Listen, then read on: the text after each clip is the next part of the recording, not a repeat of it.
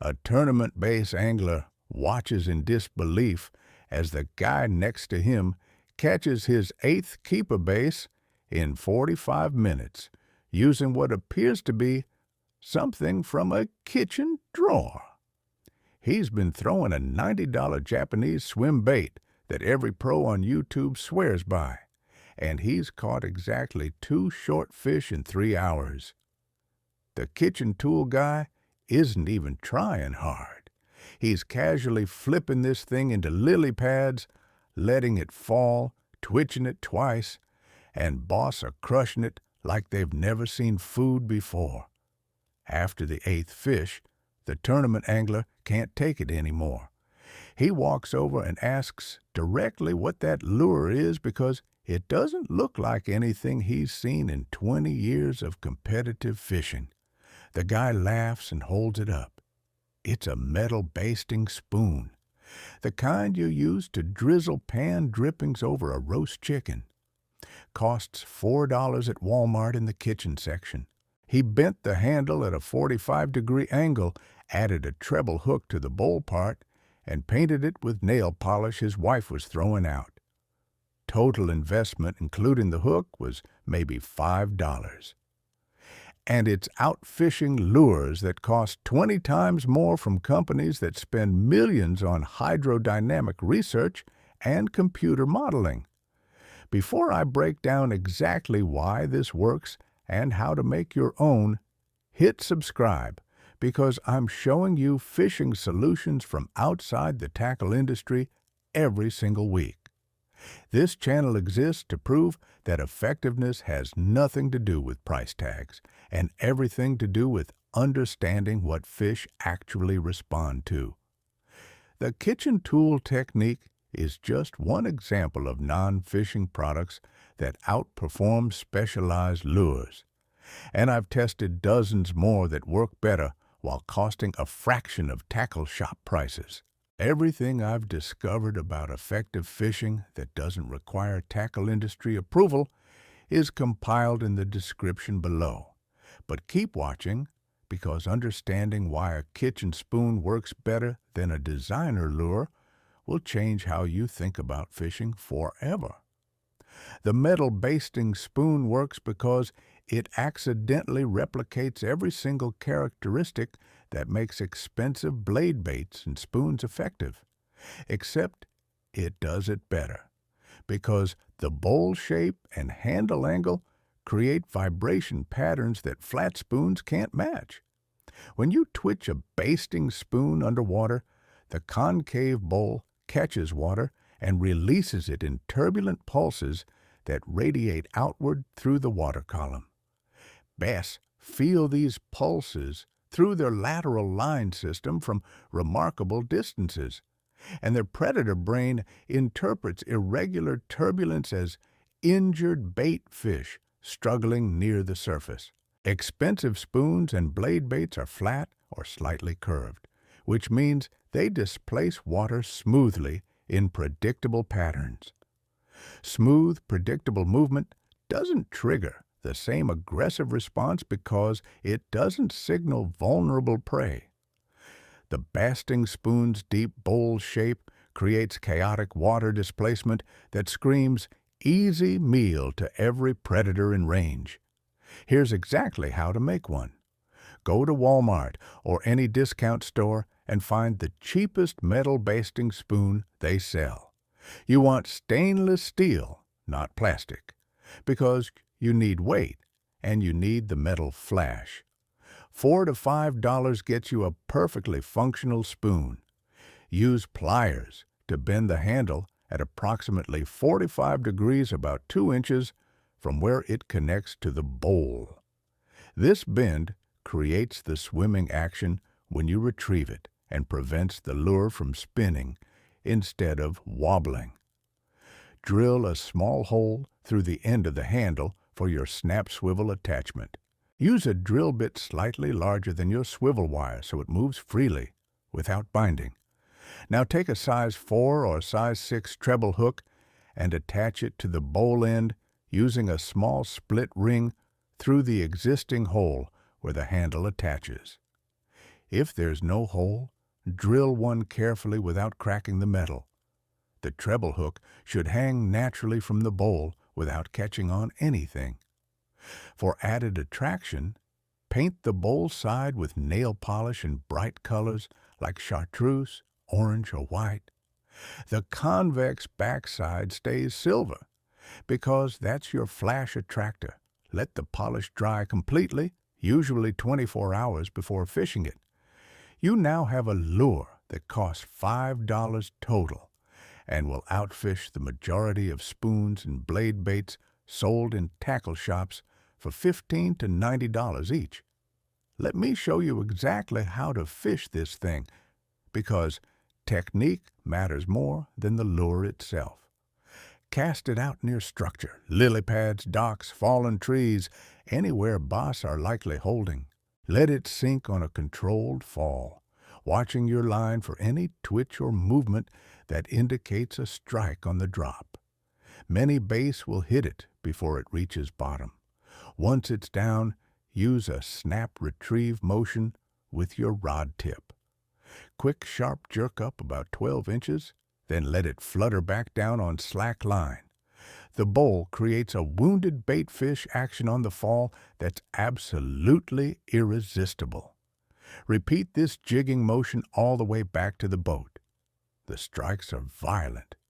Bass don't nibble at this lure, they attack it like they're trying to kill it. Set the hook hard when you feel that thump because they're committing fully. For shallow water under 3 feet, you can work it faster with shorter jerks to keep it from snagging bottom. For deeper water, use longer pauses between jerks to let it sink further and stay in the strike zone longer. The versatility is incredible. I've caught bass in 2 feet of water and 20 feet of water using the exact same lure with just cadence adjustments. Now, here's something the tackle industry definitely doesn't want you understanding. This basting spoon technique isn't some fluke or internet gimmick. It's based on the same principles that make expensive spoons work, except kitchen tools aren't optimized for profit margins and planned obsolescence. They're optimized for durability and function because they're designed to withstand high heat and mechanical stress. That stainless steel is thicker and tougher than any fishing spoon you'll buy. I've been fishing the same basting spoon for 8 months through rocks, wood, and countless aggressive bass. It's got scratches and the paint is chipped, but it's structurally perfect. Compare that to premium spoons that bend or crack after snagging bottom a few times. Kitchen utensils are built better than fishing lures because kitchen tool manufacturers aren't trying to sell you replacements every season. The biology behind why this shape triggers strikes reveals fundamental flaws in how lure companies approach design. Bass don't hunt by seeing detailed, realistic features. They hunt by detecting vibration, flash, and movement patterns that indicate prey. The tackle industry spends billions making lures look realistic to human eyes because humans are the ones buying them, not the fish. But fish don't care about realistic paint jobs or anatomically correct fins. They care about pressure waves and light reflection. The basting spoon's concave bowl creates pressure pulses that spread through water like ripples from a stone drop. Each twitch sends out a new pulse pattern that bass feel through sensory cells running along their entire body. These cells, called neuromasts, detect minute changes in water pressure and velocity. When they sense the irregular, turbulent patterns from the spoon's bowl shape, their predator response activates automatically. It's not a decision. It's a reflex hardwired by millions of years of evolution to attack injured prey before competitors get to it. The metal flash works on a completely different sensory channel. Light reflecting off stainless steel creates sudden flashes that basses see from considerable distances, even in stained water. These flashes mimic sunlight bouncing off bait fish scales when they roll or turn during distress behavior. Every predator fish evolved to key in on these flashes because they indicate prey that's vulnerable and distracted. When you combine the pressure wave signature with the flash signature and add the erratic falling motion that the bowl shape creates, you've triggered 3 separate predator responses simultaneously. That's why bass attack this thing so aggressively. Their sensory system is getting overwhelmed with signals that all say the same thing. Easy meal available right now. Now, here's where this gets infuriating from a tackle industry perspective. The basting spoon technique has existed since at least the 1950s, according to old outdoor magazines I found in library archives. Farm pond bass fishermen during the Great Depression used kitchen spoons because they couldn't afford store-bought lures, and they caught fish just as well or better than people using commercial products. Tackle companies knew about this. They couldn't not know because it was documented in fishing publications and word of mouth spread it through rural communities. But they never addressed it publicly because acknowledging that kitchen utensils work as well as premium lures would undermine their entire value proposition. How do you justify charging $30 for a spoon when a $4 kitchen tool performs identically? You can't. So they ignored it and hoped it stayed buried in old magazines nobody reads. Here's something else they don't want you realizing. Dozens of other kitchen and hardware store items work just as well as specialized fishing products. Metal measuring spoons make excellent small jigs for crappie and panfish. Stainless steel washers from the hardware store work as drop-shot weights and cost pennies compared to fishing-specific weights. Rubber bands, cut into strips, make effective worm trailers. Steel wool works as a trailer for jigs and creates incredible vibration. None of these are sold in tackle shops because they can't be marked up enough to justify shelf space, and they're too durable to drive repeat purchases. The tackle industry needs you replacing lures regularly. They need you losing expensive baits to snags so you buy more. They need you believing that specialized fishing products are fundamentally different from and superior to general-purpose products. The basting spoon technique proves that's marketing fiction. A $4 kitchen tool outperforms $90 fishing lures when both are subjected to the same fish under the same conditions. Let me give you some advanced variations that make this even more devastating. For deeper water, attach a second treble hook to the handle end using a split ring. This creates a tandem hook setup that catches short striking fish that hit the tail of the lure. The extra hook adds minimal weight but significantly improves hookup percentages. For stained or muddy water, use bright nail polish colors on both sides of the bowl. Visibility is limited, so the flash alone might not be enough. Chartreuse and orange-painted spoons show up better in low visibility conditions and trigger visual strikes from closer range. For cold water, when bass are lethargic, downsize to a smaller spoon like a tablespoon size instead of a basting spoon. The smaller profile gets bites from inactive fish that won't chase larger lures. The technique stays the same, but everything slows down to match fish metabolism. For nighttime fishing, use glow-in-the-dark nail polish on the bowl. Charge it with a flashlight before casting, and it creates a luminescent target that bass can track in total darkness. I've caught big bass at midnight using glow spoons when conventional lures produce nothing.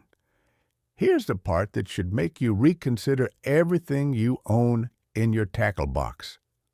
This $5 kitchen spoon is not an outlier.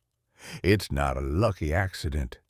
It's proof that the tackle industry has been solving the wrong problems for decades.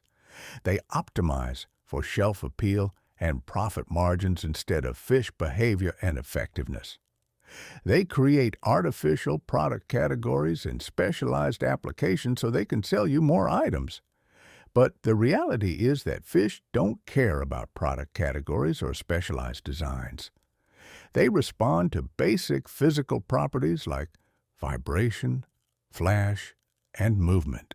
Any object that provides those properties will work regardless of whether it was designed for fishing. The basting spoon provides all three properties better than most fishing spoons because it was designed to be durable and functional, without the profit constraints that limit fishing lure design. Think about what changes on your next fishing trip when you show up with kitchen spoons in your tackle box, while everyone else is rigging up Japanese imports and designer spoons that cost $20 to $90 each. They'll probably laugh or assume you don't know what you're doing. 30 minutes later, when you're catching bass on nearly every cast and they're still hoping for their first bite, the laughing stops. An hour in, when you've got limits and they're making excuses about water temperature or barometric pressure, they start asking what you're throwing. By the end of the day, when you've caught more bass than everyone combined, and they're wondering what secret technique you're using, you'll understand something they don't. You'll know that fishing effectiveness has almost nothing to do with how much you spend and everything to do with understanding what actually triggers fish to strike. That knowledge separates anglers who consistently produce from anglers who own impressive tackle collections but struggle to catch fish. The kitchen tools section at Walmart has more effective fishing lures than the fishing section does, if you understand what you're looking for. Links to the specific products are in the description, but you probably have most of this stuff in your kitchen right now. Don't buy anything until you check your drawers. Then get out on the water and prove to yourself that tackle industry marketing has been selling you solutions to problems that don't exist, while ignoring the simple, effective approaches that actually work. Subscribe to this channel because I'm testing more non-fishing products every week that outperform specialized tackle. And every test exposes more of the gap between what works and what sells.